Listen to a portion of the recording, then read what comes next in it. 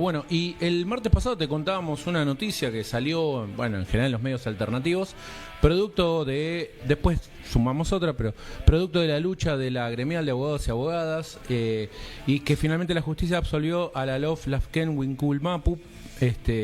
Así que queríamos hablar con Eduardo El Negro Suárez, un amigo del programa ya, para profundizar un poquito en esta noticia que pasó, digamos, ¿no? Entre medio de la fiebre mundialista, pasó y nos parece muy importante, pues producto de la lucha de las comunidades, de la gremial, etcétera. Así que, Eduardo, ¿cómo estás? Estamos en vivo aquí en Que Ves, Lucho y Armando te saludan. Gracias por atendernos, Eduardo, como siempre.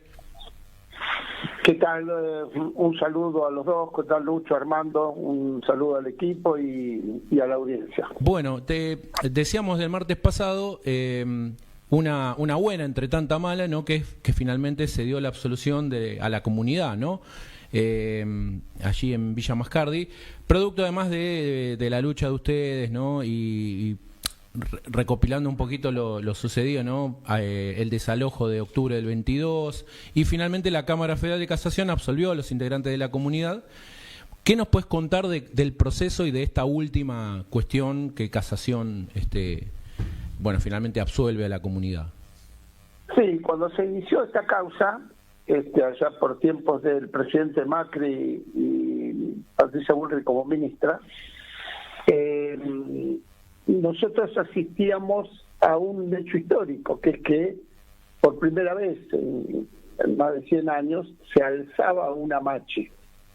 Los ejércitos de Roca fueron bastante vivos en el sentido, sí negociaron con algunos locos, pero las machis fueron eliminadas. Entonces por primera vez se alzaba una machi y se alzaba un regue, que fue en el territorio sagrado que se llamó los Kenwilkulmapu. Y el Estado, en ese momento el gobierno de Macri, respondió como suelen responder los estados. Respondió con violencia, un desalojo terrible, con niñitos gaseados, precintados, separados de las madres. Y 2 días después mataron a Rafita Nahueli. Y se inició una causa ahí. Ahí es como por primera vez desembarca la gremial en la zona, ¿no? Había dificultades para que aparecieran abogados defensores y tuvieron que recorrer 2.000 kilómetros para pedirnos que nos asistiéramos. Y desde entonces, desde 2017, que venimos asistiendo montones de comunidades y de causas.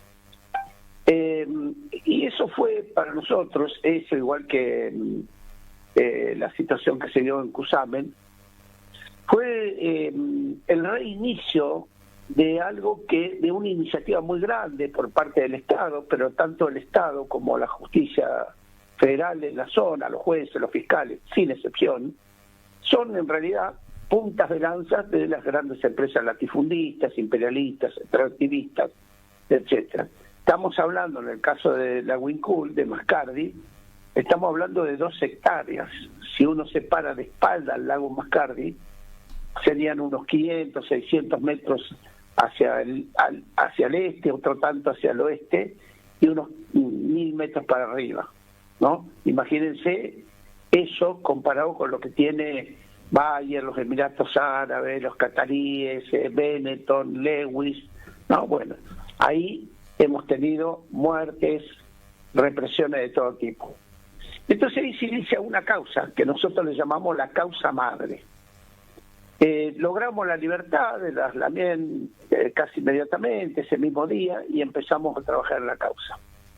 Y ellos pudieron retornar a su regue y seguir pacíficamente, porque hasta estaba en discusión la propiedad de esa tierra, ¿no? Estamos hablando, parte de eso es de parques nacionales.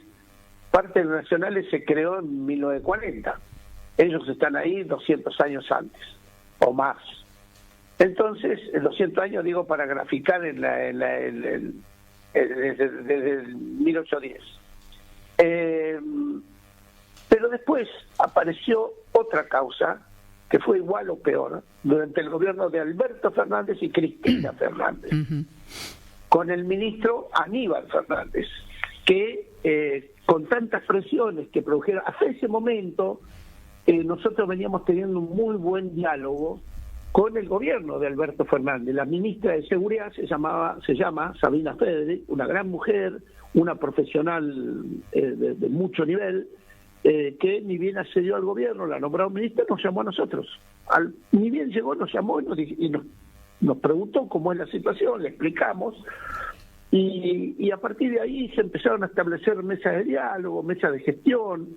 Funcionarios de alto nivel como Gabriel Fuchs concurrieron junto con nosotros a dialogar con la comunidad. Es decir, se venía avanzando buscando la manera de resolver esto, como dice la gremial, fuera de las páginas del Código Penal, ¿no? Esto, cuando es un conflicto territorial, sea en Mascardi, sea en el País Vasco, sea en Kurdistán, sea en Medio Oriente, los conflictos territoriales no se resuelven con códigos penales o con violencia. Y justamente si hay un cuerpo legislativo que se aplica con la violencia, es el Código Penal. Esto se resuelve en mesas de gestión, en mesas de negociación, y así vinimos avanzando esos 2 primeros años, donde la ministra Sabina Federic, Gabriel Fuchs, su mano derecha y otros funcionarios fueron avanzando en la discusión. Pero 2 años después, con las elecciones de medio tiempo, el gobierno de Alberto Fernández y Cristina Fernández giró a la derecha. La sacaron a Sabina Federic, pusieron a Aníbal Fernández, un hombre de los sectores más reaccionarios del peronismo, y lo primero que hizo fue militarizar la zona, creó lo que llamó un comando conjunto de las fuerzas federales. Uno iba en esa época a Bariloche, a la comarca andina, y parecía una zona de guerra, lo que hacía Aníbal Fernández, con una excusa de que habían atacado un puesto de gendarmería, que nunca se identificó a quién ni a quiénes, ni siquiera se inició una causa, una excusa del Ministerio de Seguridad, arrasaron Huincul. Pero esta vez con mucho más, salvo la circunstancia de la muerte de Rafita Nahuel, la represión fue mucho más grande.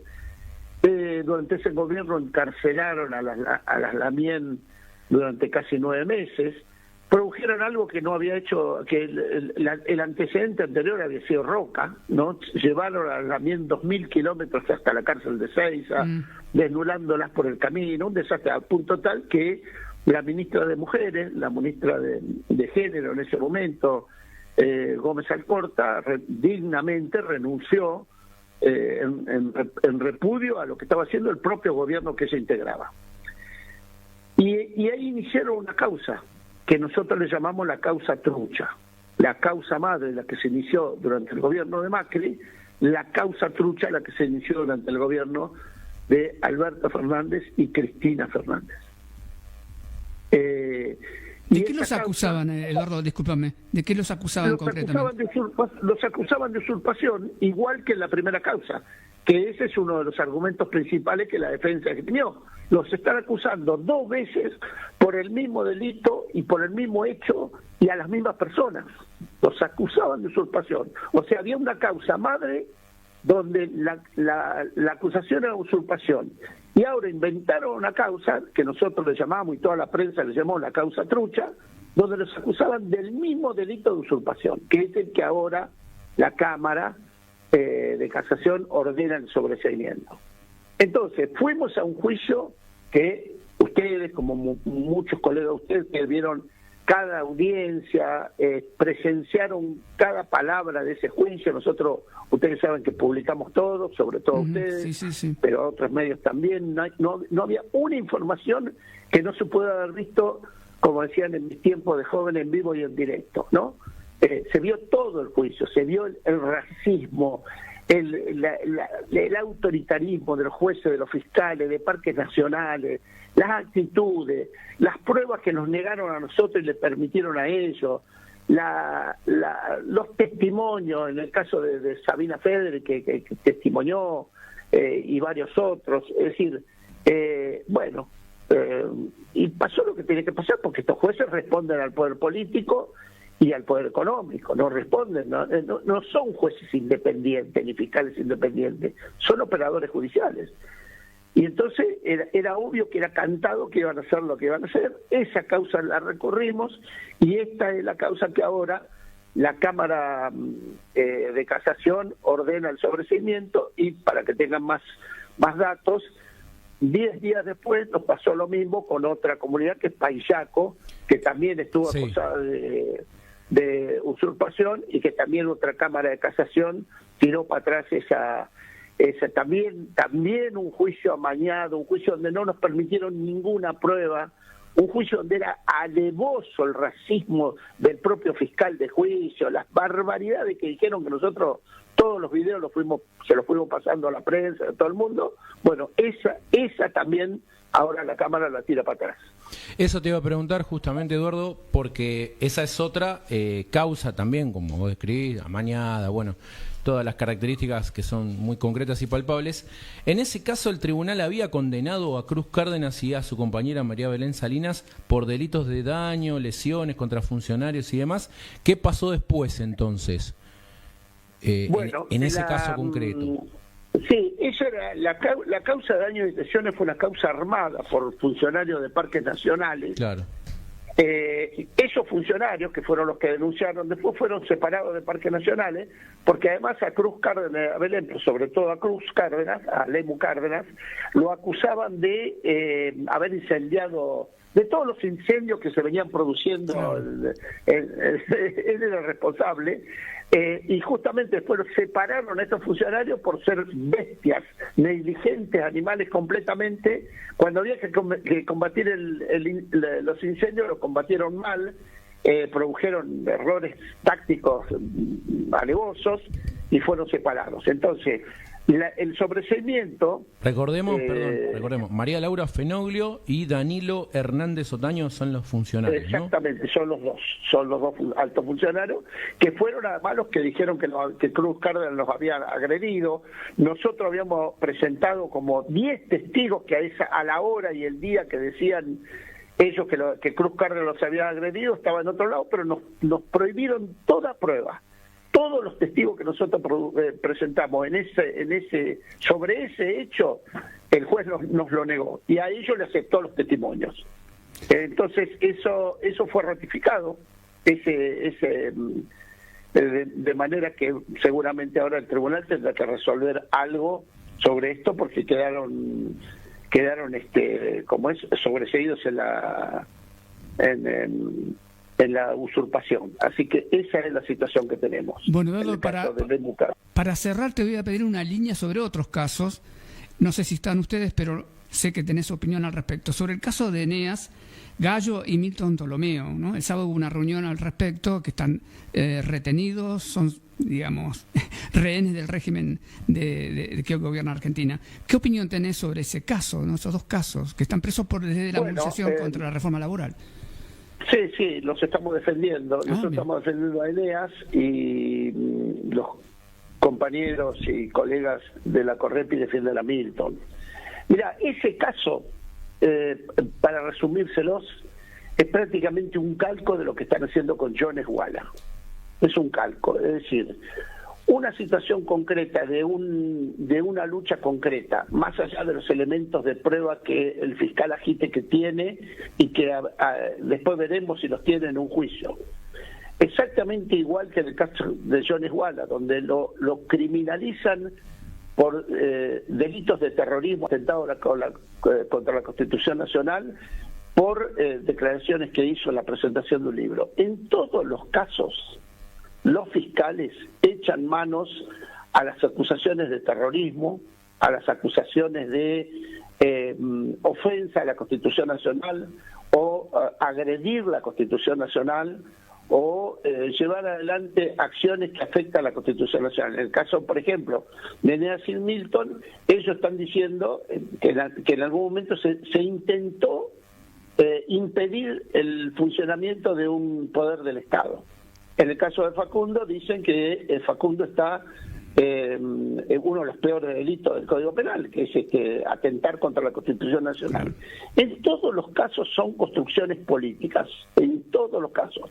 En el caso de Eneas y Milton es donde queda más claro que estamos hablando de cómo un hecho concreto, específico, que el fiscal o los fiscales o en este caso los jueces, porque se va a tramitar por el viejo código de procedimiento penal en lo federal, y por lo tanto el expediente lo va a tener un juez, no un fiscal, abusan de estas figuras en vez de limitarse específicamente a los hechos por los cuales fueron detenidos. A partir de una situación como esta empiezan a acumular agravantes que en este caso, específicamente en el caso de Eneas y de Milton, intentan aplicar lo que nosotros llamamos el clinker, que es la aplicación de la figura del terrorismo, ¿no? No lo van a lograr, pero bueno, pero mientras tanto es un agravante que les impide la excarcelación, entre otras cosas, ¿no?